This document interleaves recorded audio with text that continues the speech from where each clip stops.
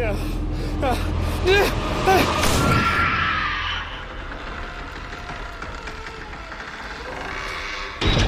Welcome to the My Haunt Life podcast. Hello and welcome to the My Haunt Life podcast. I'm Mike. And I'm Russell. And Russell, we have a couple people here that are Yes. very special guests. We have some very special guests. Ooh. Well, thank you. Oh, special. We feel special. Thanks for making us feel special, boys. We have been joined by the creators of Creep LA and the new show, The Willows. Please introduce yourselves so people know your voices. Hey, I'm Justin Fix, and yeah. And I'm Daniel Montgomery, and Yeah. And you are missing a crew member tonight, correct? we are. Yeah, we're kind of a broad. I was going to say we're kind of a triangle, but we're kind of a rhombus. Yeah, rhombus. Yeah, but we're missing like another sort of part of our unit. Her name's Fiona Renee, and she's sort of our director of our shows. And then we're missing like Stephanie Turek, who's sort of choreographer, and David Rizuka and David Anderson. Yeah, like we're literally a willow tree. We're That's like a true. branch of just vast sort of resources and talent. But yeah, missing Fiona tonight for sure. So Fiona was supposed to be here, correct? Yes. Now we're going to just start this off right from the get-go. Great. Where is she tonight? She is filming a commercial. What commercial? A Snickers commercial. Snickers hazelnut, in fact. Actors. So we're just going to jump right into this. Russell, do you want to do the... No, you go ahead. No, I mean... No, like, you do it. No, you do explain to them. No, you started this. I'm going to the other Okay, room. all right, fine. Just go. I have no idea what's about I to can't happen. wait. We have a tradition on this podcast because obviously people have different tastes in this world. So we offer and ask the question, are you Team Kit Kat or are you Team Snickers? Oh, I have to pick one team? No. Don't make me choose. You have two hands. You know what? I think I'm Team Kit Kat. I'm going to take Team Kit Kat too because Fiona's going to take Team Snicker tonight. That's true. Yeah. That's true. Yeah. But I think being in a Snickers commercial trumps everything. Oh, so, yeah. So Team Trumps Snickers. every response we have ever had on the podcast. Yeah, I'm that so definitely wins. Fiona, I'm so pissed at you. Yeah. No, help yourself during you the so podcast. much. There's a large bowl of Snickers and Kit Kats in front of you. Partake at will. But yes, we are missing a limb of our team Yeah. and tonight. Yeah, for sure. that's why Mike brought that up. As soon as This you is- mentioned that, Mike was Wow. reveling and giving his goofy Mike smile. Meant to be. I'm going to go quiet for like We're the 5 right seconds. place. Yeah, you go. You munch. There we go. What's the Kit Kat commercial? Break me off a Break piece me of Break me the off a Kit piece. Kat bar. Oh, yeah, break me off a piece. Russell My- uses that line too.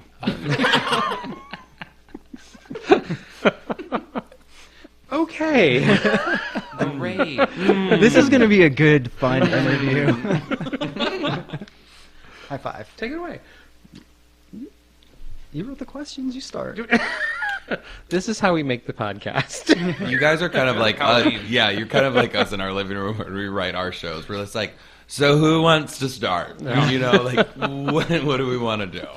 All right. You guys kind of burst onto the haunt scene a couple years ago with Creep LA. You've done that for 2 seasons. But the main reason that we want to talk to you guys here and now is you have a new show. You've released some tickets for a show called The Willows. Mike and I were lucky enough to partake in a dress rehearsal, so we've had a taste of the show. I guarantee you, I always say this, I can't speak for Mike, I guarantee you I'll be coming back. Oh yeah, me too. Yeah, definitely. Great. Congratulations, because since that dress rehearsal that we saw, you have released some tickets. Yes. Your first sale literally sold out within a few hours. That's correct. Yeah, kind of quick. And then you released a few more. And the same thing happened. Yeah. So congratulations. Thank Yeah, you. thank you. Thank you. We're so Thank you, excited. guys. Thank you to like people like you who come out and support people like us. Yeah, Justin and I were just saying on the way over here that we were like, I don't know if anybody would buy tickets. Yeah. We don't know if anybody was going to get tickets. So we're happy that there's interest Yeah. at least. Yeah. Very definitely, obviously, humbled. yeah, obviously from the speed of those tickets going, and we're going to talk about the show itself, and we're going to talk about the future of the show, because I think you guys have sort of indicated that this is going to be a very ambitious project for your group. Now, can you give us a brief explanation of what the Willows is? Sure. The Willows is It's a celebration. I don't. This is gonna be a little vague because there's a little bit of a mystery behind what our show is. We originally created the Willows out of a desire to do something year round, and a story about a family. And we wanted to do a sort of modern twist on a murder mystery dinner. That was sort of our loose goal starting. We started to create the show, and it sort of evolved over time. But I still think that that's an accurate description. Yeah, like the components of like a great murder mystery dinner, yeah. right? You have like some food and drink, you have some discovery, you have some storytelling.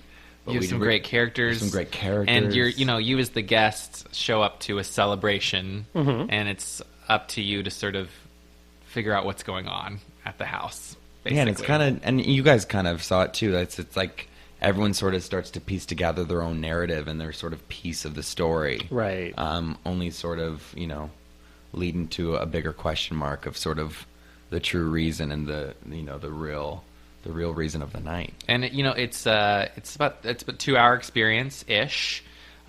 Small group, I think. Yeah, we kind of say it's a guest. Yeah, 18 guests. 18 guests. We kind of say it's like a combination of like immersive theater meets site specific theater. Like meets in our dinner party. Meets kind of dinner theater. It's kind of like a hybrid of all three. But like our background, we kind of come from those seasonal sort of that sort of spook. So there's it's under our creep umbrella, so it's definitely creepy. Yeah, it's absolutely creepy. Yeah, it definitely has a very creepy vibe overall to it. And as you said, there's a mystery to the evening, and as that mystery unfolds, and when you finally get to the conclusion, you do realize that there's a dark side to this celebration. Sure. And even though it is, well said, Russell. It's absolutely a celebration. Yes, that's correct. Yeah, let's celebrate. Now, you were let in. First of all, let's talk about price for the tickets. Yeah, price for the tickets are like $125 right now. And they're going to stay there. They're not like right now. Right. They're $125. Yeah, that's what they are. Yeah. Now, for the Los Angeles scene, that is a higher end ticket. Yeah. However, I'm glad that you covered why already, and that is there is food and drink involved, and it is a full, active 2-hour experience. Yes. And you get, because it's an intimate show, it's only 18 patrons per show, you get a very intimate experience. Yeah, and everybody has their own experience. That was something that's really important to me. True. That each guest, although you all start together, that is not how you will not stay together. So everybody has their own experience, and it's kind of, in some ways, it's kind of the choices you make and where you sit. Yeah, 100%. Ends up revealing what your personal show is going to be. Right. So I love the idea of people coming and sort of experiencing the show and then potentially coming back because there's so much that happens in the show in different parts of our location that some people won't see at all. And I think so many people, like, we always say personalized or like it's immersive, but this is, you truly participate as a guest, which I think, showing up to sort of a stranger's home and, immersing and that's yourself literally among what it is. Like 18 strangers and have sort of this story unfold amongst you. It's so fun to partake because your sort of experience, whether you're sitting next to Claudia or whether you're sitting next to Angela or Conrad, those different perspectives, those different viewpoints, those different opinions that you get to hear throughout the evening from different sides and angles of emotion and all of that. It really makes for like a thrilling ride of really sort of who you want to sort of stand in what corner with and who you want to sort of befriend and ask questions to and engage with. So yeah, this has been a complete thrill for Daniel and I and the whole team. It's been so fast. It's been so fast, and working from a space coming from what we've done in such sort of a chronological sort of big storyline, we really were able to basically find a location and write a show that worked and fit best in his home. Actually, that was one of the questions Mike and I both had, was the location. Yeah. How did that land in your lap? I mean, I'm just going to keep that a secret. Okay. I was like, we can talk about that.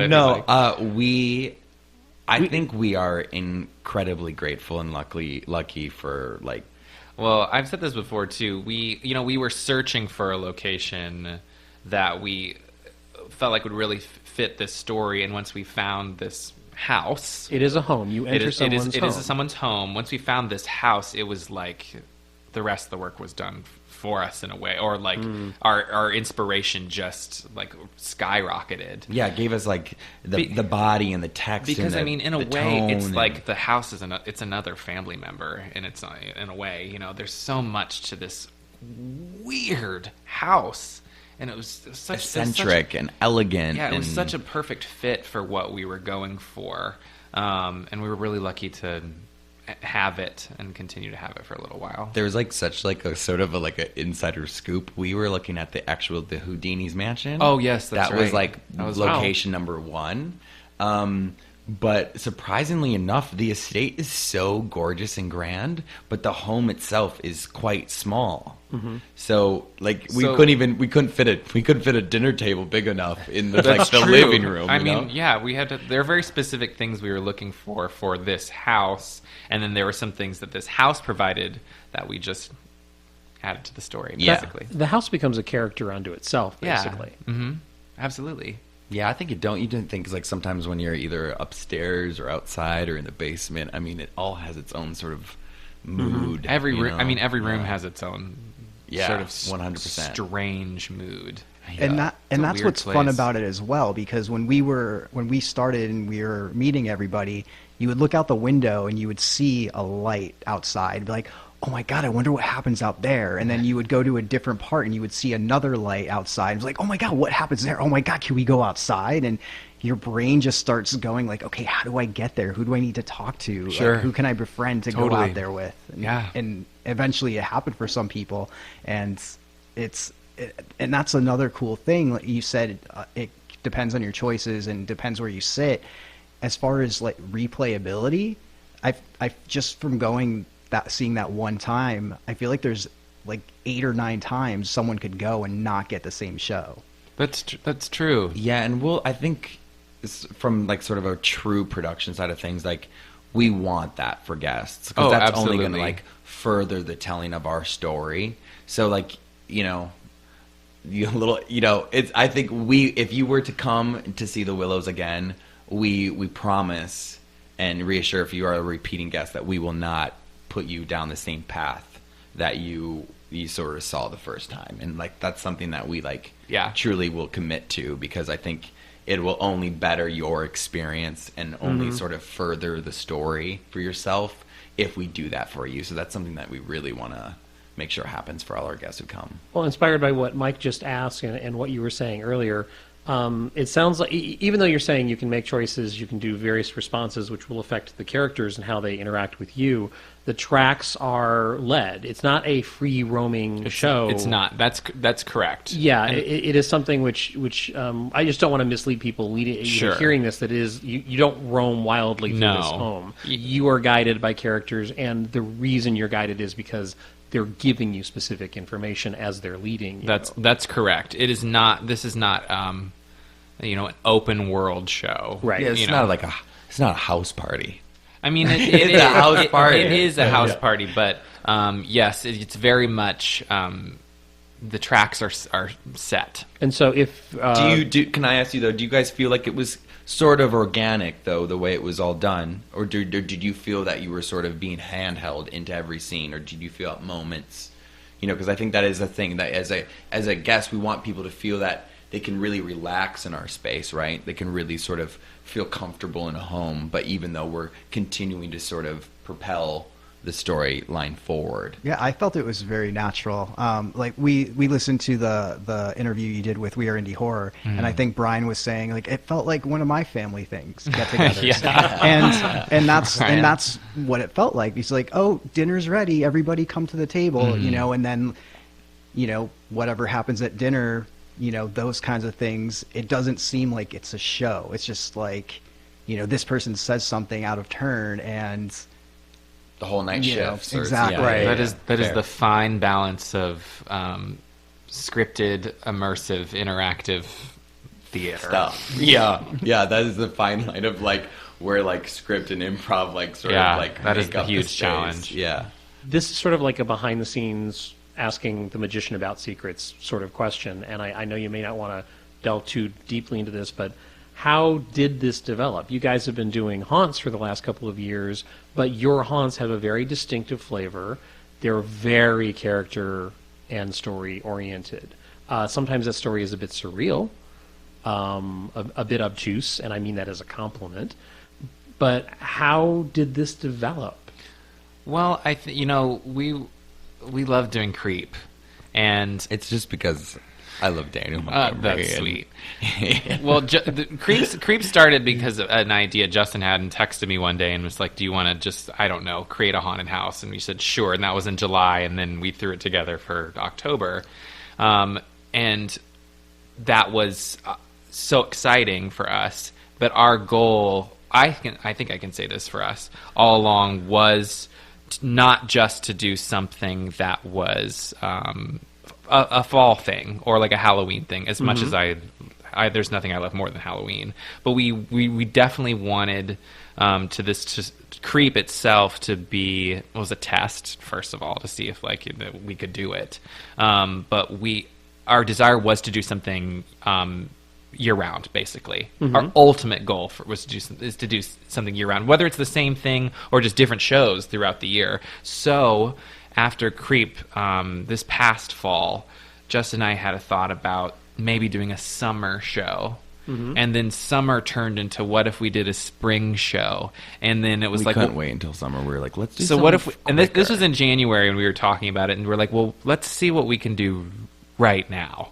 And we started we went from the idea of, all right, we have Creep, which is very much a haunt, and like really quick, like Creep to us though, I feel like too, like Creep is so much work on such a short sort of return, and I don't even mean return on like even finances. I mean a return on like getting people through the door and then having like sort of a shelf life and then it's done, right? Like for the Halloween season. It always feels so fast. It seems so quick. And we love it. So Justin was like, all right, well, let's have Creep be our Halloween thing. What else can we do? And we had a bunch of different ideas. And one of the ideas was this modern twist on a murder mystery sort of dinner. Something that could be done again and again and again, and but still be the same story, and potentially could move through casts or different locations, maybe. So that's kind of where we started from, and very quickly we came up with like 3 ideas and narrowed it down to our favorite, which ended up being the Willows, and it happened within like a month. So quick. Yeah, wow. We wrote it really and fast. Cast it and workshopped it in a month. Yeah, it went really fast, and the location had a lot to do with us being able to get it set quickly, I think. So it was it kind of evolved.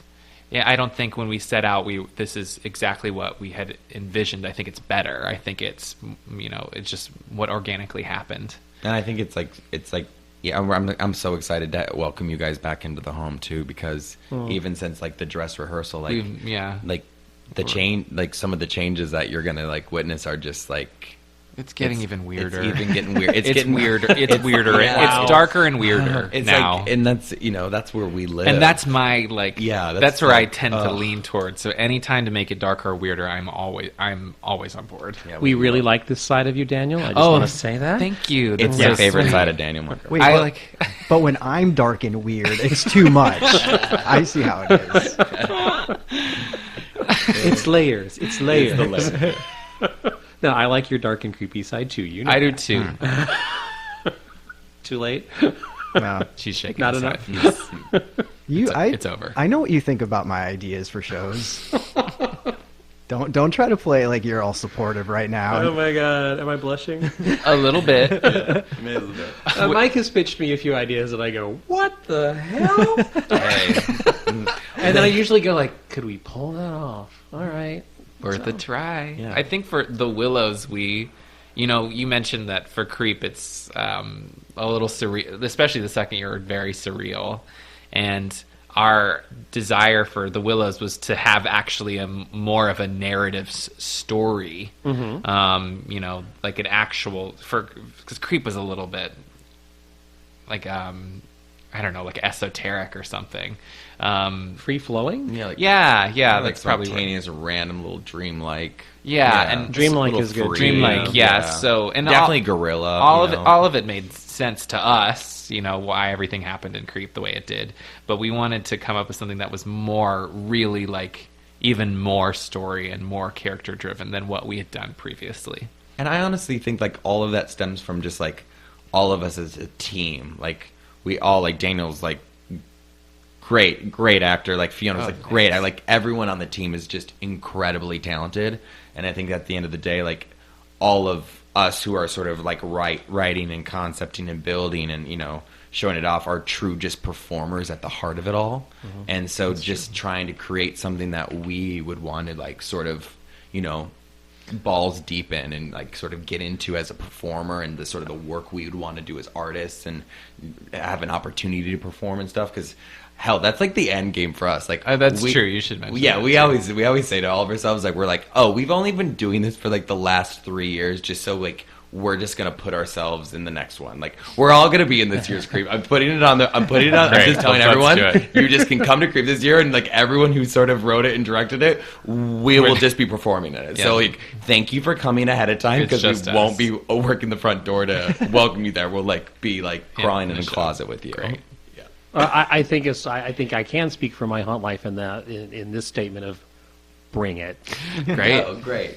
Perfect. Bring it. We'll see you guys there. I mean, Justin, first year for Creep, Justin and I were in the show in a mask, but in the show every night, which actually was an amazing blessing, because I got to see, and I think you did too, at literally every person that came through. Yeah, and it was like immediate feedback. Yep. And then when Justin and I were close together in the space we were in, Zone 1, during Zone 1, so when guests would leave, we would just come together quickly and remember we were like, let's try this time, or like, what if this does this? Like, okay, great, and see how it worked with the next group. It was kind of amazing. It was like such a great like. It was like as like an artist and as like as a team, as like we all collab together too. It's like we just continue to bounce ideas, and I think that's why we get to such like sort of is the word refined? Like we get to such a great space, because we've literally bounced so many ideas from each other's like point of views on something that we like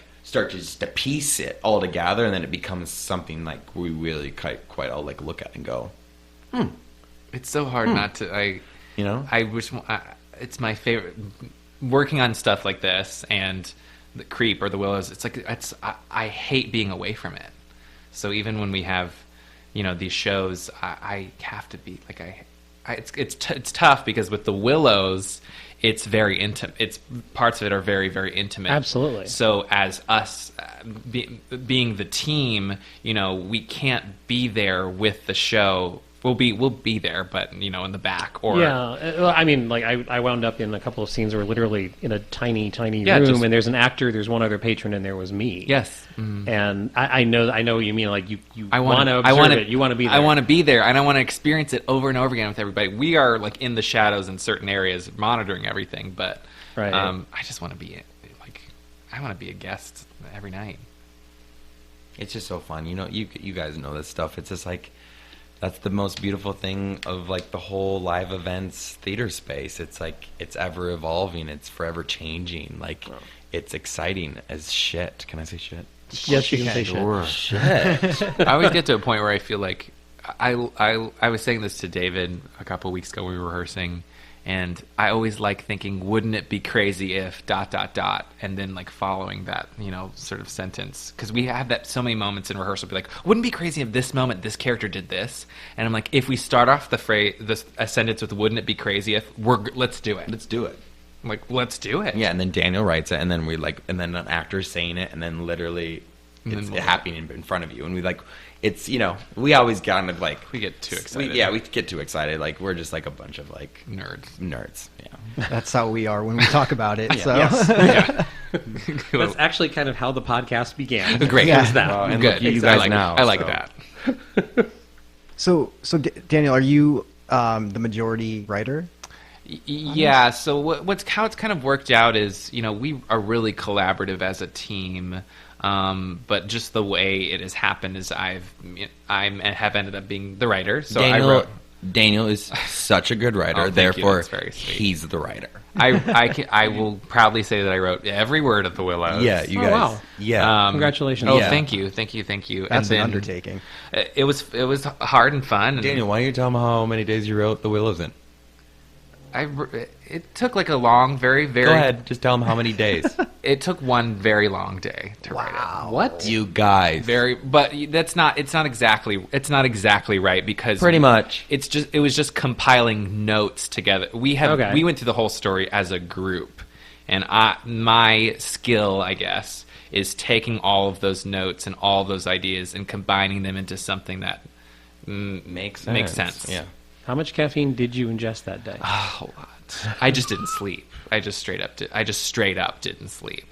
Sometimes, Daniel, when you're working, do you feel like you get to those moments where you're just like so in it and deep that you just have to continue to? Well, that's honestly what it is. I mean, what I did was literally sort of just map out all of our notes, and then if I stop, I like lose momentum. So, and the script has undergone many revisions. You know, it was just that first draft that we came up with, and a lot has changed since that very first draft. But it's wild to and it's wild to envision like writing a 2-hour experience. You know, or most people who have to write scripts, it's a 2-hour experience, but there's so much B-roll, and it's like, and we have to write all those beats, and not only is that we're writing a complete script, but we're really writing a complete script for each character's run of show. Right. So there really is like there's a blanket script, but then there is like basically 7 other scripts that you kind of have to really sort of outline and direct and create. The challenge of the Willows was not actually the story itself, or even the characters, because I feel like once we found and we had meetings about the characters and bullet points of their life, what has happened to them in their lives, and like key points or words that are representative of each character. I mean, we had long meetings about each character to sort of like make them fully fleshed out. But the challenge about writing a show like The Willows is because there are so many tracks that happen in the show, it's sort of figuring out how to make all those tracks happen simultaneously and keep the guests getting a similar amount of information from each track. And then halfway through the show, we have like sort of for us as a team, we know our halfway point, and then making sure the guests, this is so complicated, but making sure the guests in the first half get as much information as the guests in the latter half. We sort of like do it. So then when they all sort of come together at intermission, quote unquote, our intermission, not the guest intermission, that everyone's sort of been fed the right information. So if people wanted to start as guests or as with family members, start really sort of asking questions or engaging, like there was a point where people would sort of have, Yeah, but it's also like we have to have all these things going on, so I don't know, we hear this crash, so it brings everybody back together. Right. It's timing. And Fiona went through and mapped out every 5 minutes of the show and did a map of every character, and we marked out every guest and said which guest is in which room at which time, and where do they need to go, and which guests need to be in which part of the house, and then which guests need to be in a different part of the house later so they see more stuff. Challenging. It really is machine, because like, and I was one of those people. I've seen Punch Drunk. Fiona's like a huge fan of Punch Drunk, and just looking them take over these like 4-story sort of buildings. Right. That was the idea of like, how do you sort of go into a space but make people feel that they are able to sort of travel and move through a space so they feel like it's continuing to like sort of evolve and be told to them. And to that, we needed a big space to do so. But the one thing that we don't have on our side is like, we don't have cameras, or we don't have like a general soundtrack that sort of is keeping everyone cohesive. So there is like, there are a lot of timing. There are scenes that need to be 4 minutes long, and it's up to the actor to hold that room for 4 minutes and know in their head that we are right in the right show, that when I come down and open this door, that this guest is going to be where they're supposed to be. It's like, it is like, but it's been beautiful. It's been beautiful, and really, we've learned so much from doing the Willows. We really have learned so much. It's our dream for this to be year round. So we have to go through the work and make sure it can sustain, and be. Yeah. What do you see the future as far as your schedule goes? Because you released a couple of weekends, and then, a week later you released a couple more weekends. Is it going to be based on the availability of the location? Is it going to be based on the cast? It's like, what do you foresee? And the reason I'm asking is this is information that already people have asked me if I know the answer to this. Yeah, people have asked me already. I think, ideally, we would like, so we do 2 shows a night, right? So we do like a 7 o'clock show and a 9:30 show. So generally, we would love to probably do 12 shows a month. That would be sort of our goal. So it'd be sort of 2-3 day weekends that we'd like to sort of push out throughout the month. Because, in like 5 or 6 weeks, like our whole sort of team and headspace and, focus goes into sort of getting creep on its feet. So we want to get the Willows in a place where it's just on autopilot. So it's just sort of our weekly show that can kind of pump. And our goal would be 2 or 3 weekends a month. But it does have a lot. It does have a lot to do with the availability of the space. 100%. So that is why.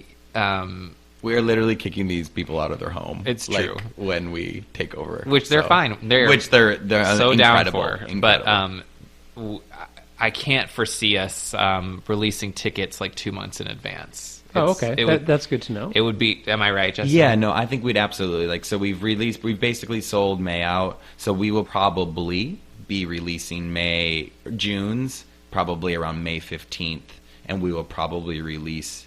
Because I don't think these blocks of like week by week is working. We're gonna map out all of June's calendar and post it all at once. So there's an abundance of tickets. That's why rather than just such we have on our website, sign up for our email.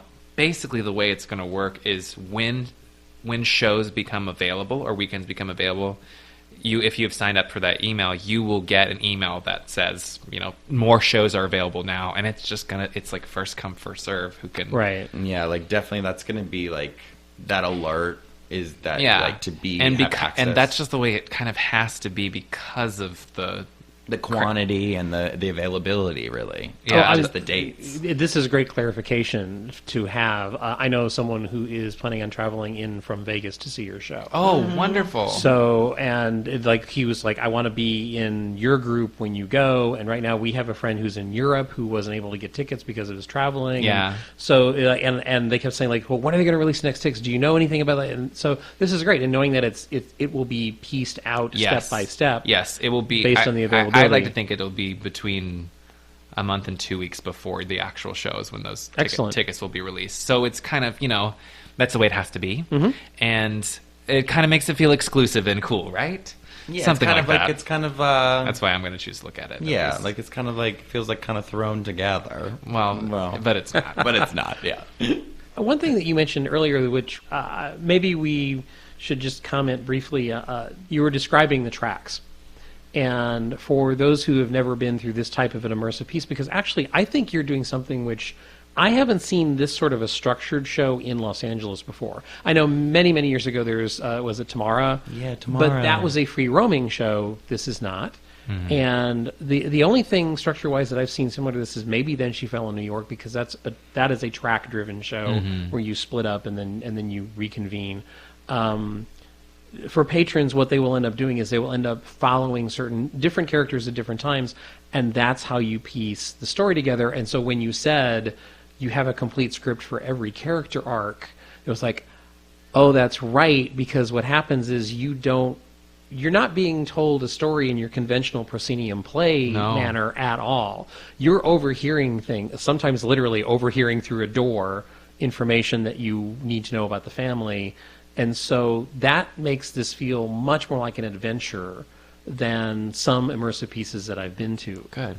So, and I compliment you on that, and the fact that you've achieved that. But for people who don't know what to expect, it's like you'll be directed, but you'll get that perspective of the show and part of the fun. And it happened the night that Mike and I went.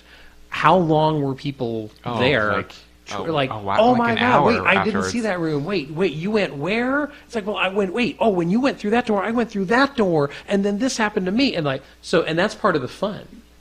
Is literally having that conversation afterwards and comparing notes. Sure, that was one of our goals, I think, with the show was exactly that. It's not forced, but like excited sort of communication with the guests that you went through the show with, right? To sort of help like piece the show together. And I think, I was talking with a friend that I think The Willows is a good introduction to immersive theater for people who haven't done anything like it before. And some people are, like, is it going to be terrifying? And I'm like, no, it's not. It's not terrifying. It's definitely creepy, but I had one scary moment. Well, so. maybe my version of what's scary. No, not terrifying, but I mean that as a compliment. I had a scary moment. Oh, good. I want to talk to you about what that moment was after this is over. Yes. But because it's a great surprise. We've made some adjustments, and it's scarier now. Oh, excellent. Than it was. I think we can say that. But I had to explain to a friend of mine today, exactly that. Like I don't understand what this is. Right. Like, it's a play at a house, and do we just sit and watch the play? And I was like, no. Like, you're in it. Like, you follow a story around, but you only follow certain people's perspectives on the story. There's information that everybody as a group gets, and then there's extra special stuff that's just for you, depending on where you go. Going back to writing, how do you tackle multiple tracks and certain decisions? Like, I'm picturing you in a room with like a March Madness bracket with like the different characters and yes or no, and then this goes, and then if you do this, it goes this way. Like, how do you prepare and even start to write something like that? That's a great question. What actually helped that for me was once we had the location set, in my brain knowing where everything was. So what Fiona literally did was map out the story on an Excel spreadsheet or something, and separated each room and each character and each guest, and then tracked on this spreadsheet where everybody was every 5 minutes. And that is what became available to the actors to help them and for us to sort of keep track of everything. For me, writing it, I'm very visual, so it was helpful for me since I had a clear idea of what the house is to sort of envision it as I was writing it, really being like, okay, I can see this is happening in the basement and this is happening in the upstairs bedroom. And the challenge was actually physically writing that, because the whole script is like meanwhile, like over and over and over again, like following each sort of character, and writing as much as I thought could fill a certain amount of time. And a lot of that has been adjusted through directing choices. But I don't know. It was hard. It was weird. It was, but we had certain bullet points that we needed to hit, and we have sort of acts in our brain, like we have that is spelled out in the script, like in bold with an underline. So when we're going through rehearsal, we're like, all right, so the finale is here, dining room's here, parlor's here, and that means something.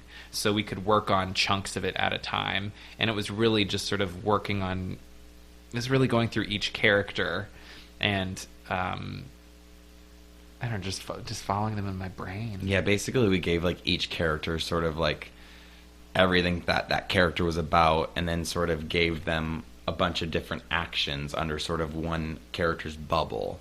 So then we had all these characters with all their own actions, but then how could we piece those actions together? So yeah, we're like, we know we want this character to do this at some point in the show. Well, where would that make the most sense? Probably at the very beginning, because that character would probably do that, or do the specific thing that he does. He'd probably do that right at this moment. So let's move that to the front, and then they probably wouldn't get that upset about something. We know we want this character to do this. That would happen towards the end. So we wrote all that out and sort of put it under those headings, which is really helpful. And we mapped it out on the Justin's wall.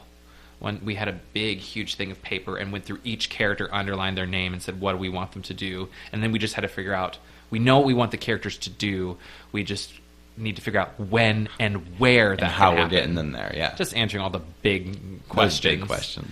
You know, and then things change, you know, as we actually get in the space, and change based on how much we wanted the audience to know. At first, I think the original draft of the script, well, in some ways was way more vague, and there were not a lot of details, and the actors and, you know, we as the team, like, we knew why certain characters did certain things, but we were keeping it secret so much. We're like, there should be more information because guests are going to want to know. So we started adding things here and adding things there, and that's really a lot of what the adjustments was clarifying stuff and just giving people more information, because we have it all there. But I always want to, like, my instinct is to, like, let people figure it out.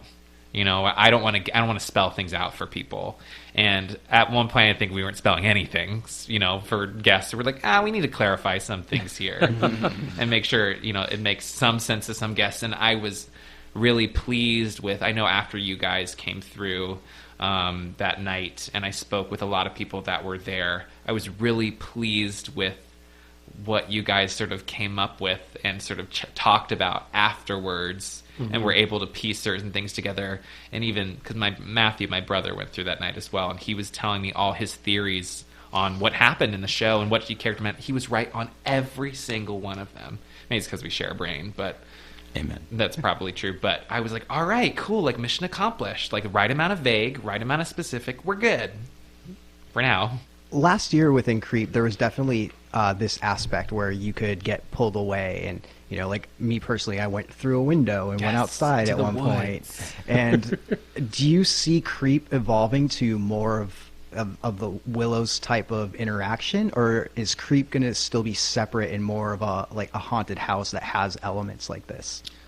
Well, we definitely have some specific and, I think, big ideas for our next incarnation of Creep, and I think it's a little bit of both. It's a little bit of both, really. Yeah, I think, like, chronologically, you know, having, like, a real sort of room through room progression haunt sort of format for the stories and experiences that we really want to be doing as a company. I think at a time we're going to have to break out of that and go a little more open world, and I think that is really exciting for us because, especially in the haunt industry, I'll put it out there. Our objective and goal for this year's Creep is to be an open world experience. Meaning that means you go. I know you guys know, but that, you know, you go wherever you want.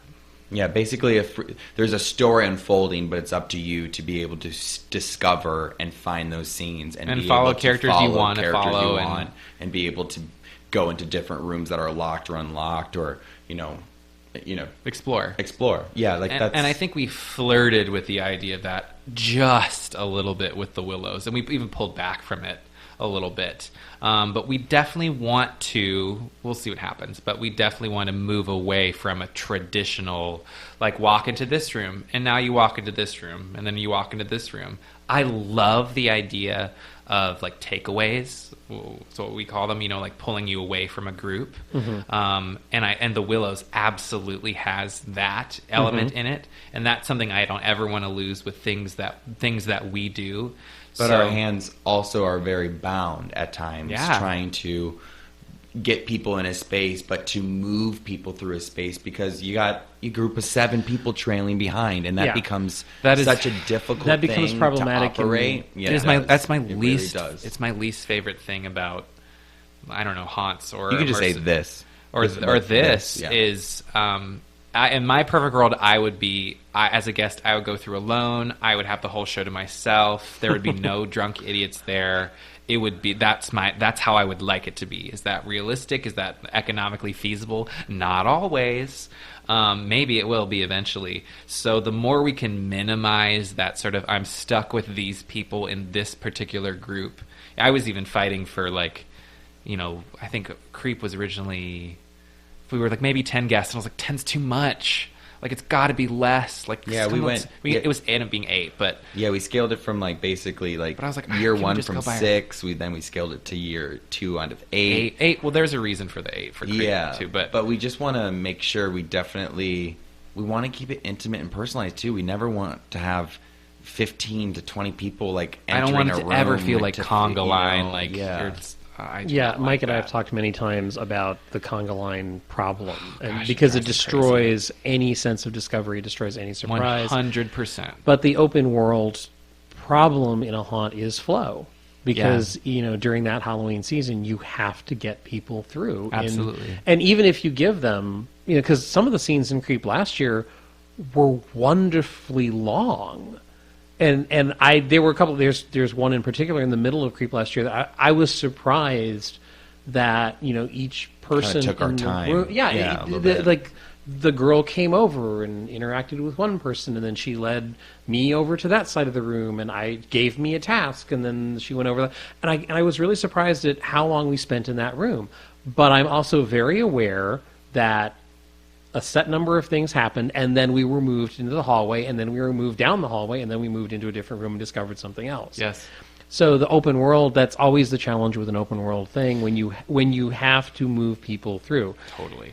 If you have 20 patrons and you have them for an hour and you have a show that's an hour long, that's a different subject matter. And I'm saying this because, dude, what you just said is so exciting. Yeah.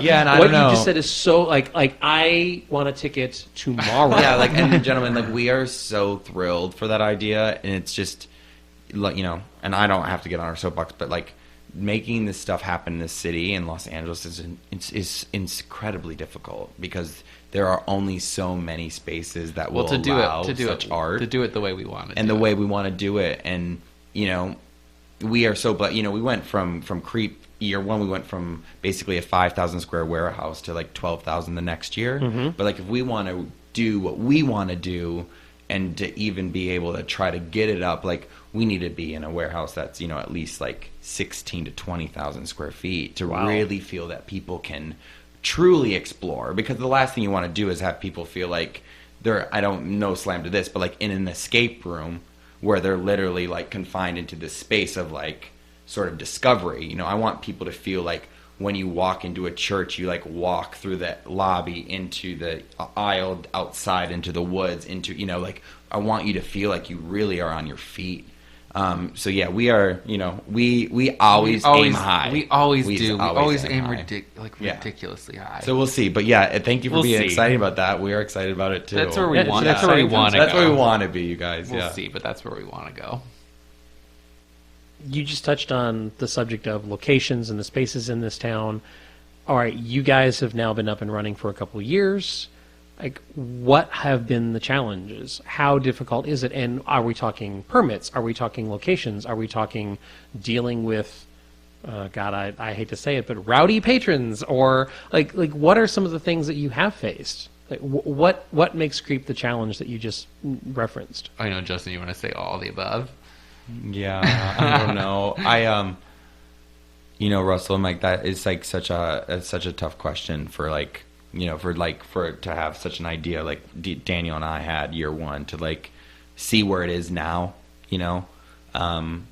because me and him and the 14 other friends that sort of helped us launch year 1 are just really giving, beautiful people who wanted to create art and do something cool and make an impression on in LA. And we did that, and we had no guidebook or rules or instructions on how to do it. And somehow, through the grace of all of the scary things, we did it, and we were proud of the work that we did. And we were good. We kind of, Daniel and I remember October 31st of 2015, we just looked at each other at 2 a.m. Yeah, I guess it was November 1st at that point. Yeah, we just embraced, and Daniel looked at me, and we just came off of, God, shit, what a long week of Halloween week for us, never doing this, and just hugged, and he's like, so we're going to do this again next year, right? And I was like... Because we hadn't talked about it at all up until that point. No. Not even ever mentioned the idea that we would ever do this ever again. Yeah. But I was like, oh, oh, we have to keep doing this. Yeah. He was like, that was kind of fun. That was a fun October. Because like, we would usually be like the duo that would be like, hey, what are we going to go see this? Daniel is the biggest. The hardest thing about Creep to me is missing all the other shows that I wanted to see. It's so true. And it's become ridiculous the last couple of years in Los Angeles. And I don't know how you guys keep up. I can't, I didn't have time to do it. And I was like, this hurts. Like, Creep's my baby, but like Halloween, like I've got But Rosie, you asked the question, like, why is it tough? Like, it's tough because live events, they cost a lot of money. Yeah, you know, like out the gate, like they cost a lot of money to try to like through permits and through insurance and rent and trying to pay like actors what they really deserve, and then I have to say that Justin, I'm just going to interrupt you. Yeah, go. One of the many things that I love and appreciate about Justin is he does everything like by the book, like gets all the right permits. I mean, that shouldn't be like a strange thing, but I mean, I will tell you, Justin does his research and makes sure everything is like insurance, everything is exactly how it's supposed to be. Police and fire department and like, and it's like it can be a challenge. Yeah, fire marshals are a breed unto themselves. Yes. All of it's been a challenge. My lips are sealed. But I think for us, for me personally, last year with Creep, although this wasn't a huge issue, like often, but when it was just, you said rowdy patrons. Yeah. For me, it didn't happen really that often last year, but my concern always is, and I always think about the actor and the guests. Yes. And I want them both groups to have the best time possible. So when somebody comes through and is like drunk or like disruptive, I get upset because it's ruining our show and it's ruining the other guest's experience. It's ruining the actor's experience. You know, so we had a whole sort of I'll tell you about what we did. We have a safety sort of protocol, or not even safety, it's more like problem person. Mm-hmm. And our first year in Creep, we had a safe word for the guests. So if the guests felt like they were getting too scared or was too extreme, they could yell the safety word, and one of us, probably me or some of the security, would escort them out because it was too scary for them. That word was choke our first year, so they just screamed the word choke. Second year, we decided to not have a safety word for the guests, mm-hmm. and instead we had one for the cast. So when they felt like a guest was being a little just too obnoxious. Just too much, yeah. Too much, they would yell the word scissors, and one of us would come and escort that guest out. And it didn't happen that often, but when I heard that word, I was like, somebody's messing up my show, and I'm going to take care of it, you know? Yeah. I can relate. I think you guys know that I've worked with a haunt for several of the past mm-hmm. years, and yeah, like the first time I had to confront a patron was scary for me, but also it was that same feeling of how dare you do that to the people around you, and it's just you're ruining it. Yeah, you're ruining it for other people. That's what irked me, was ruining it for other people. Absolutely. Well, and I think I guess maybe too, we get a little more sort of, we stand our ground a little more, because I think with the traditional haunt industry, it's like you can get your jump scream, you can get your Spence, and it's like you can push these people on, right, and keep the sort of the scares going for other people, right? If a jump scare doesn't work for one person, that's great. You get the people two rows behind. But with like our shows, it's like you sort of like get put in these awesome like detailed environments and sets, and it should be a moment where you feel like you're sort of transported and are sort of really placed into a scene, so you're really on edge, and we create more of that suspense and fear than we do that like jump scare, which is, I think, just a different model. And I think that's also another a real big challenge for us, is to get people to understand that we're trying to do a different type of scare to the season. I think, and I'd like to believe that, we did Creep twice, and both shows were very different, or the shows were very different. And I think the more we do things, and we have the Willows now, and I think the more people hopefully get to know us and sort of like what our brand is, I think hopefully over time, and as our tickets become a premium ticket, maybe I'm hoping that there, will be a level of like respect for other guests there that will just be innate, hopefully, and it mostly is really. Yeah, I think people learn. If you go to Universal, you know what you're getting. You're 100%. Getting a brand name. You're getting jump scares. Now that you guys have done a couple of years, and with the Willows, I think people know that. Oh wait, this is going to be environmental. This is going to be immersive. Was what I wanted to go to, but it's going to be. You're going to participate. Yeah. You're going to participate in a world. Yeah. And so that's a different rule than Universal. And I think probably last year, some people coming, or even first year, especially first year maybe, I think people would probably expect something similar to like a Halloween Horror Nights kind of idea. Right. Where, we're looking for that. When are people going to jump out and like scare me? If they're not like familiar with the immersive interactive community at all. So again, I hope people will get to know us for what we do. But for us, Creep is our Halloween's Halloween let's not season kid ourselves. show. So like we want to be scary. Yeah, I mean we want to ring true to sort of that time and the stories we want to tell. Like it's definitely we hope to spook and scare and creep. Oh my gosh, absolutely. Be weird, No, weird is so you've good. got a good name. It's like you deliver the title, and that's what people I think want from you is they want to be creeped out. That's excellent. Creep. Creep it, hashtag creep it real. The first time I saw you post that, I laughed out loud. Oh wait, you signed an email with that. Oh, did That's what I? You did. You I'm signed sure an I email did. with that, and I just sure I laughed did. out loud. Just wait till you see our merch this year. Oh, Cool. yeah. You're not even Merch? going to want it. You're going to want to buy all the shirts. Excellent. I'm a fan of puns. Yep. Always and forever. Creep on living. Mm-hmm. You creep what you sow. Ooh. That's good. Add it to the list. Stealing that. Going back to the safety word, and with now that there's been more and more immersive experiences where your choices matter, there's also more and more people that try to break things within that world.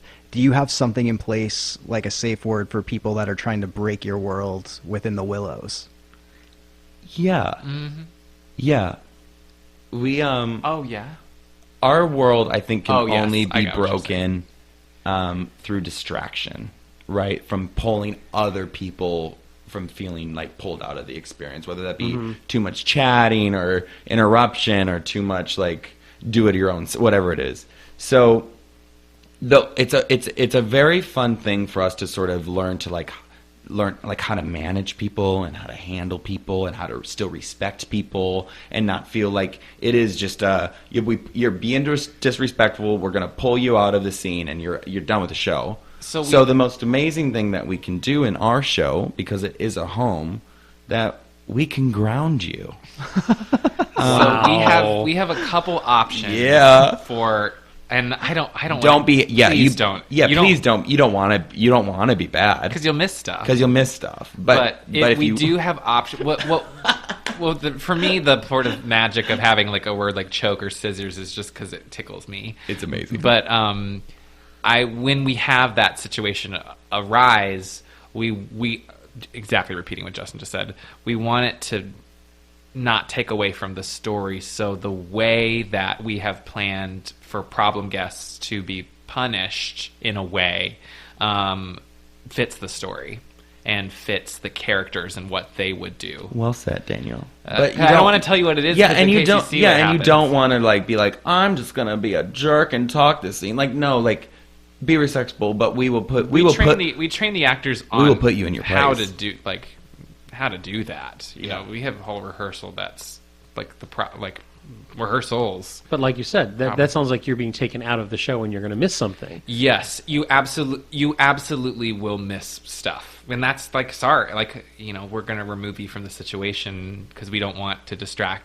The other guests. And as an audience member coming to our show, like there is a list of sort of things that you are agreeing to as a guest coming to see the show. As just a patron of the arts. Right. Like there is a respect level that we hope you show respect to not only like the family members but to the home and to the fellow that's attendees. what we were thinking about it as we treat the performance as and we've talked with the actors about, like, these are guests coming into your house, so this is a celebration at your house, and think about it like that. How would you react to people? This is your home. So you can't just go into, like, the woman, like, your grandmother's master closet. Like, no, you just can't do that. Like, there's no, this is a home. This is a home. This is a home. You respect the home. You respect and that the authority of the home. Is really set throughout the whole. It's not broken throughout the show. Like, this is our house. So if people act disrespectful in a house, our characters are going to respond to how they would respond if somebody act disrespectfully in their house. Yeah, and if you also use your manners, that might also, like, favor the bold. Yeah, so, like, if you use, like, that might help you out if you show good manners. Figure it out. Hint, hint. Well, I hope you don't have to deal with unruly patrons. I hope we don't either. I hope so, not either. But we have a plan.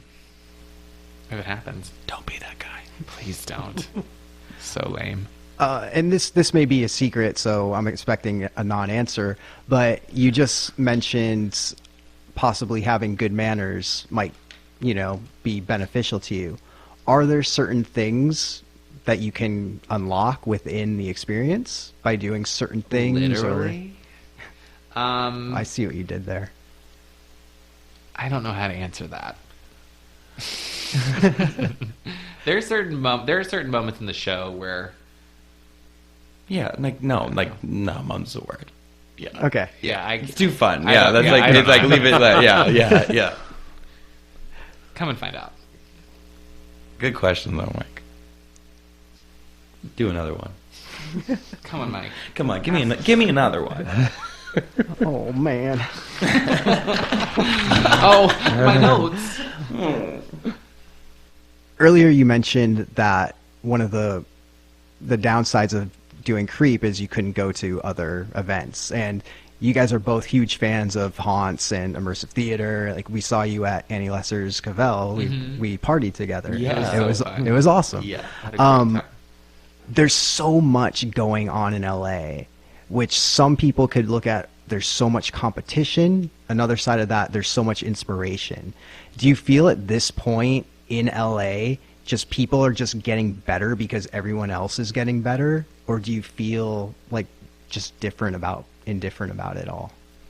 I think the most amazing thing with what sort of, like, this movement over the last 5 years that has kind of come into Los Angeles is, like, we're able to tell so many more stories than I think most people can experience on film and television. And we all have different views and tones, and I think it's a very, very exciting time for what's happening in the LA market. I mean, March, I think, was... Yeah, for some reason, March was so crazy. It was insane. It was we were just emailing each other back and forth, like, "Did you see this?" and like this, and we try to go to things, but I'm just excited about all of it. Yeah, but I'm also a big person of synergy too. Like, I always say to these, like we as a community will be so much better. Sort of coming together and really pulling for maybe this type of work or bigger projects together, like, because the last thing I would want to have happen is that, and it's already happening. You've seen throughout the coming years, like, teams and members sort of split up from other companies and starting to pop up their own stuff, and I think that is wonderful. And I know everyone wants to tell it a different way and do it a different way or knows how to do it, but I think if we can all remember as a community and as an artist, if we can just stay sort of true to sort of what we want to give our guest experience, that's what it's for. Like, we get to create these unbelievable worlds, but it is for our guests to feel transported and put in these spaces. That's why Daniel and I do it. Oh, sure. And I think it's exciting to feel like we are part of a community, so just like I said earlier, we were like, are people going to buy tickets? Like, sometimes I have to remind myself, like, no, we're in the game and we're, like, doing fun stuff. Like, we've done some fun stuff. Yeah, and we've, like, seen 5 other people who are doing amazing stuff, and they're not only going to come and hopefully support, so yeah. Inspiration's definitely there for sure. Absolutely. Yeah, but there definitely has been, like, a surge of, like, sort of experience, but I think that's where the corporate world's going. I think that's where the theme park world is going. Like, oh yeah, we We are, I mean, I work for Disney, and I can tell you the rumblings that I'm just hearing in the corporate world of Disney of it's all going experiential. Experiential marketing. Yeah, it's like, exactly. Put me in Avatar land. It's like, put me in Star Wars land. Like, people want to be reached and, talked to differently, and I think that's what we're able to do. And we have to thank everyone from, UK and New York who's really sort of, propelled for what, I feel like we as a city like Los Angeles, like, there's so many amazing artists and there's so many vacant buildings in this city. Like, there can be beautiful stories told in these spaces with, like, the talent that we have at our disposal. We just got to do it. So let me ask you a further question along the same line. For both of you, you told us sort of how Creep was formed. That it sounds like it was a complete labor of love by, you said, 14 friends who came together and created that show. So what sort of stuff inspires you guys? What was the thing that you stayed up late night watching television or woke up early Saturday morning and watched? I mean, when did you discover your own inner creep? Oh gosh, I got this one for sure. Well, very young. Growing up, I am a huge Goosebumps fan. My twin brother Matthew and I have a Goosebumps podcast that we go through every book and every TV episode. It's called Welcome to Deadcast, and I'm wearing a Goosebumps t-shirt right now. I almost always do. And very young, I loved to read, and I loved, I love Goosebumps. That's really where my sort of like R.L. Stine creepiness started. And I moved very quickly from Goosebumps to Stephen King, I was reading stuff I should not have been reading when I was so young. And for me, I still feel this way, I think. My dad said, he's like, you like this sort of like horror stuff? And I was like, yeah.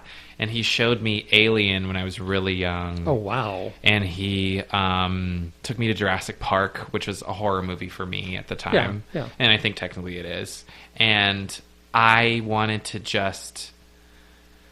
all of it scared me so badly, and I wanted to understand it.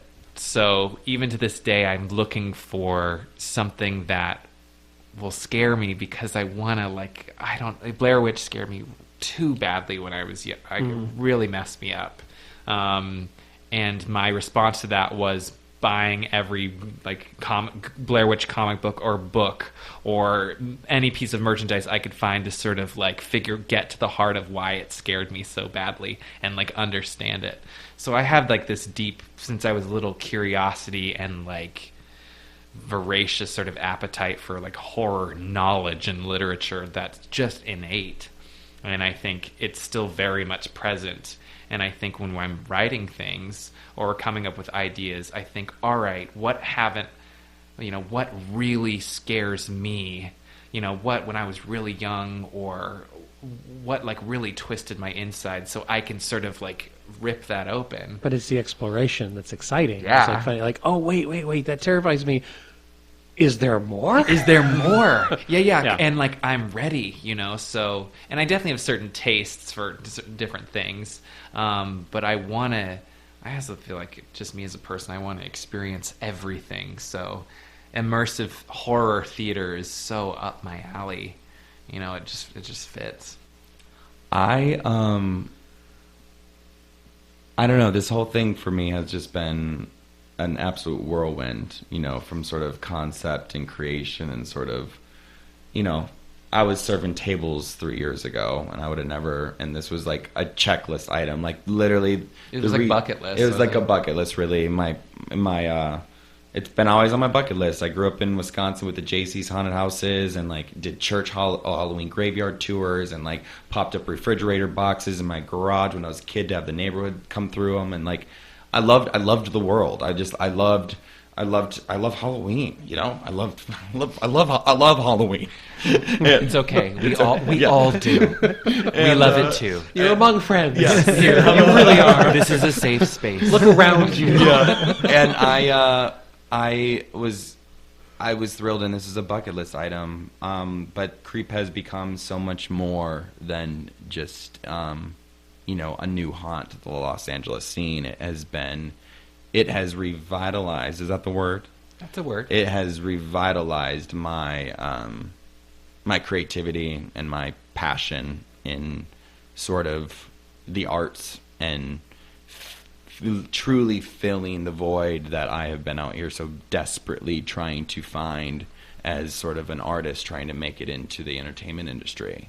Mm-hmm. And I stood amongst so many friends who are just unbelievably talented, and I just, I said, we can tell our own stories, and we can do this ourselves, and we can look people in the eyes when we tell these stories to people, and they will listen to us.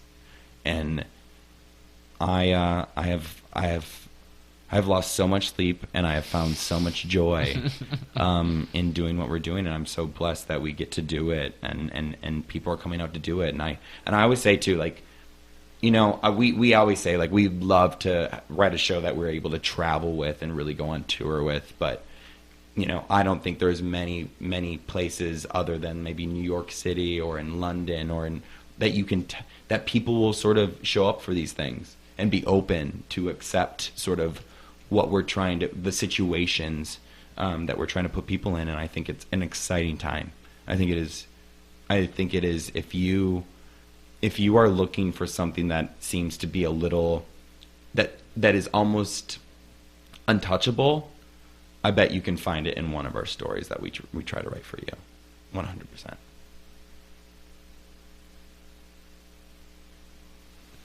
Good. I was just thinking about, Justin and I both, and everybody on our team really, we just have like boundless creative energy, I think. And that's why with the Willows, it was like moving it from a potential summer show to like, let's just do it. Let's just do it. What are we waiting for? Let's just do it now. I think the sort of the creation process for us is just as exciting and as fulfilling as our finished product. And last year we went to Scare LA, and Justin had this ridiculous idea that was like, wouldn't it be crazy if we were able to sort of showcase something for Creep, and we were trying to think outside the box, and we're like literally like, let's do a box with holes in it, and people will walk around the box and like see different scenes and see all this weird stuff happen. And it was so weird and worked great. It was so odd, and it sort of like captured, I felt like it was just fun, really, and it captured sort of our brand of what we were at least what we were hinting towards. Yeah, like let's be honest. Like if you want to like sort of work every day on a passion project, like you want to work alongside your friends, and like, I mean, I work with my friends every day, and that is a dream come true. That is a dream come true. Just want to keep doing it. For some reason, when you were talking, Justin, there's a quote from Houdini that he was asked to give advice to young magicians. And one of the things is simplicity. And he made this, I'm going to paraphrase, he said something along the lines of, just go out, tell your tale. And if you are lucky, someone will believe you. And I've never forgot that quote. I just think it's a wonderful, and it sounds like that's exactly what you guys are doing. Is you've got these tales to tell, and judging from the success of Creep, years 1 and 2, judging from the success of the ticket sales of the Willows, and the reaction that Mike and I saw, like, you're succeing. Yeah, just think like you can do anything with a Visa MasterCard. Yeah, anything. But just put your mind to it, and just apply for 5 credit cards, and you can do anything you want. Anything you want. Going back to what Russell just said about Houdini was asked to give advice. What kind of advice would you give someone knowing what you know now? Like, or what if you could go back in time like a couple years and speak to younger Justin, like what would you tell him like from what you've learned over the past few years? I just wish I'd have done it sooner. That's actually the truth. I really do. I just honestly,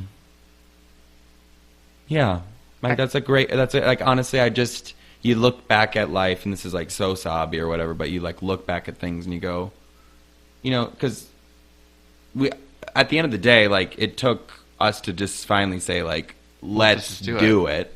To do it. Yeah, and like we had like nothing to make it happen other than like applying for a credit card.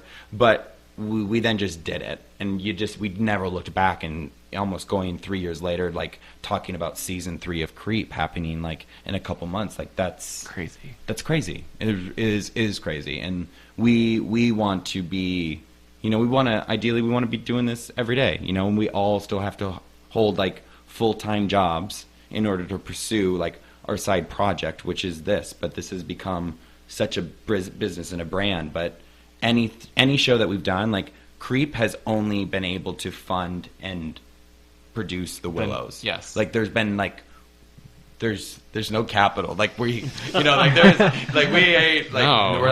I'm like Donald Duck, like rolling in the money. Yes. Like who's the million? Who's Scrooge the McDuck? Scrooge McDuck. Yeah, I'm definitely Scrooge McDuck. Yes, that's huge. So many gold coins. Yes, so many gold. So many gold coins. Yeah, doing it sooner is that's because I was thinking about all the things that we've like learned over the past couple years, and I don't think there's anything I think we just had to like go through it and actually do it and literally learn as we went, And I think, And we've learned so much. Well, it's true. It's true. It's like I think from year 1 to year 2 to the Willows, I think every project that we work on and create together, we work better as a team, and we after our Halloween moment after Creep, I said to Justin, I was like, let's meet in a week and talk about what we learned. Yeah. And like I made a list, and I was like, let's sit down on my couch and talk about what we learned. And then we kept those notes for the next year. And then we did the same thing. We did a similar thing after Creep. We're like, all right, let's talk. Well, we had that breakfast. Yeah, that's right. Where we went through and was like, what did we learn from this experience? What do we need to think about going forward? Because and something like is so true to us. Like we are only learning from our patrons. Like every year, it's like we learn and take information from the guests. Like it was like first year there wasn't enough narrative, so then we like we're always trying to sort of groom our shows to make them what sort of not only what we want to do, but sort of what is really what the people want to see, and something that just feels full and sort of showing people something new and making it exciting and interesting. We are perfectionists to a fault, I think. Fiends, really. Like fiends. Well, I don't think we'll ever be, which I think is a good problem, but ever like fully satisfied, with things. But you have to reach a point where, we made some adjustments to the Willows, and we made adjustments that some were suggestions from people and some we just organically were like, we should do this. But, ultimately we're doing it because we think it's going to make the show better. And we've learned now what works because of doing Creep for a couple years. And I think probably for next Creep, from what we've done with the Willows, we've already learned stuff moving forward. Yeah, it's been like, don't you feel, Daniel, like the Willows has been sort of a nice, I feel like the Willows has sort of been like our nice, like appetizer, like to like our Creep, because we've like sort of reworked stuff a little differently, and it's sort of gotten us ready for Creep season 3, because even going from Creep season 2, we had like almost like a cast of 32, and scaling that down to a cast of 7, like we've had so much more time with talent, we've had so much more time like as us as a team to really sort of structure. Now we know. Now we know. How did you guys actually meet? That is a great question. We met at a bar. My first night in LA. Yes. Really? Wow. Yes. No kidding. Justin was. I was out. It was a summer night, out and about, and I went to UCLA. I went to USC. USC. I'm sorry. I'm sorry. Oh shit! Trash. I'm trash. You've been there multiple times with me. USC downtown. US, I know USC, and I lived in a very creepy house at USC that Justin and I kind of inspired the Willows a little bit. But yes, we met one night. I was wearing like a like a mummy shirt or something, like a skeleton or something. With your brother. And I literally just turned around and just said just turned around and Justin there, and I was like, "Hi, what's your name?" And that's how we met. And what was it called? Like Medusa's like bar, it like was called, something in Hollywood, and like behind Red Buddha. Red Buddha was what it was called. Literally, it was like 19. 11. Yeah. You shouldn't have been there either. No, I shouldn't. I was there. I had a fake ID. Yeah, I did too. Anyway, we met. And we became fast friends. But the reason, and then Daniel thought I was like the coolest because I rolled in there with my friend Trish Korn. Oh my gosh, Trish. Trish was in a movie a horror movie, Boo. Yes. That Daniel loved. Yeah. Oh, I remember Boo. Sort of kicked. And I was like, oh my God. Yeah. But I said hey to Justin. And then, sure. and like literally. And then we've just been friends ever since. I literally fell in love with Daniel. First official friend in LA. Yeah, like first and like not going anywhere. No, yeah. It's cool, right? Day one. And Justin would come over. I'd have friends over at my creepy weird house at USC, where I lived at USC, and we'd watch horror movies. Yep. We watched Dolls. Do you remember that? Oh my God. Oh, it's a Stuart Gordon film, right? Yeah. Yeah, we would Friday the 13th. We would stay up and watch horror movies. And now you're creating creepy and stuff now together. We're That's awesome. Together. Yeah, absolutely. Any other personals? That's it. That's it. The rest of you're giving us like that's it. That's easy. No, that's fine. No, we're not doing the hard hitting stuff. Yeah, I'm like day we met. Oh, snore. The best. It was a good day. You were talking about last year. You had the Creep Show. The peep show. Guys, what do we say? Like, be a creep, take a peep. Yeah. Be a creep, take a peep. Yeah. Do you have plans to do any sort of teasers at the conventions this summer? Yes. Yes. I will. Like, we want to be there, right? Because like, you always want to be amongst, your peers and your community. So like, yeah, we want to be there. Whether we'll do some stuff like we were at Midsummer Screams this year. We did like a different, like sort of more tableau, like more like performance stuff than what we did at Scare. Those like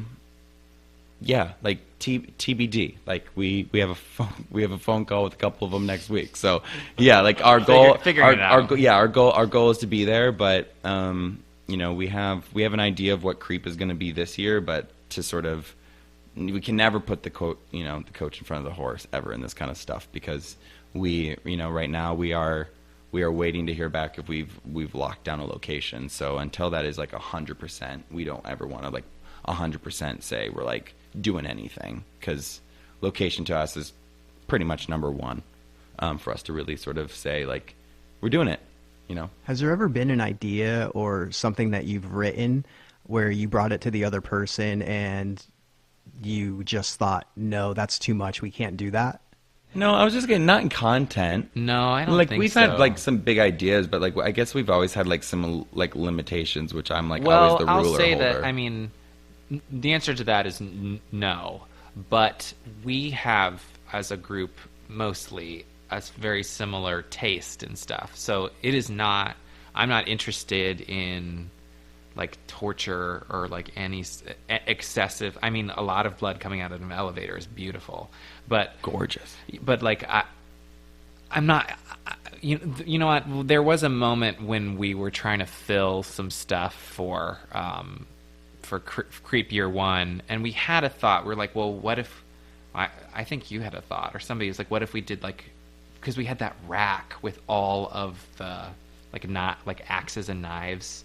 And we were thinking about maybe we'll have a guy being tortured there, and I was like, no, like that's not us. Like that doesn't. So it's not like too far, but that just doesn't. That's not exciting to me, and that's not scary to me. It's not interesting to me, and I think we as a team are very aware of that. So I like things to get sexy, but like violent and sexy is not something I need. Or I think is necessary. But we certainly like to push boundaries and all that. But yeah, we all kind of have the same sort of taste and style. Do. Yeah. So like torture stuff, it doesn't interest me. Yeah, we don't and again, you're talking to fans. Like we love it all. Oh yeah. But like what we want to do, create, like, what we want to do, and where we think like maybe there is a different sort of space in the overall bubble of this genre. I think for Creep, that's not what we're looking for. Some blood, great. Sexiness, sure, but I don't need anybody to be tortured. But we'd love, we'd love to be able to have the Willows run in while we pushed into Halloween and have Creep run in. I mean, that's the idea is that Willows would keep going. Would keep going throughout. The Willows would be such a fun Halloween show. Like, just it'd be such a fun Halloween. We've already had somebody request like their November birthday for that. I was like, all right, girl, like here we go. See you in November. Yes, like see you there. But what I would like to do with the Willows is, we're making some adjustments, but I would like to it would be the same show, but it'd be fun to add some little Halloween tweaks around Halloween. Let's do it. All right, let's do it. Thank you guys so much for being here. This was awesome. Where can people find more information about the show? That's a great question. You can go to www.creepla.com, and there you can find all the information about the Willows. Yeah, you can check us out on Facebook and on Instagram at @CreepLosAngeles. Mm-hmm. We'll be there. Welcome home. Home sweet home. Mike and I definitely want to thank you guys for coming by and spending such a wonderful conversation with us. We appreciate everything that you guys have been doing for the last couple of years. All the best to you. Have a great run, and we cannot wait to see what you have in store for the Halloween season. Thanks for having us. Thank you so much for having us. This has been great. Again, thank you so much to Justin and Daniel. They just left, and Russell and I just looked at each other and just had this huge smile on our face. Like, two of the nicest guys and two of the most sincerest guys. Like, like I joked with Russell, but it wasn't really a joke. Like, some of the things Justin said almost brought a tear to my eye. Just the passion in creating this. I had the same reaction. Awesome. I had the absolute same reaction. So it was just like this was a really nice conversation, and the phrase "your heart is in the right place," certainly applies. Yeah, so thank you guys. Can't wait to see you again in the dark, and can't wait to see the Willows, the full and final show, and can't wait to see what you have for Creep this year. So many good things. Very excited for everything in the future. And with that being said, I'm Mike. And I'm Russell. See ya. Creep it real.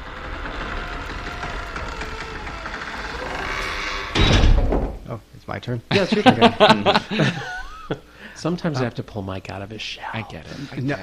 No, you don't. It's just you're just like blah blah blah blah blah blah blah, and then this blah blah blah. No, blah. I never have to pull Mike out of his shell. Truly. That's because you never pull out. Oh, wow. I mean, wow. Don't worry, that'll get edited out. Welcome to my haunt life. Keep it in. That's the new Lust sound effect. Courtesy of Justin Fix. Oh, yeah. Thank you.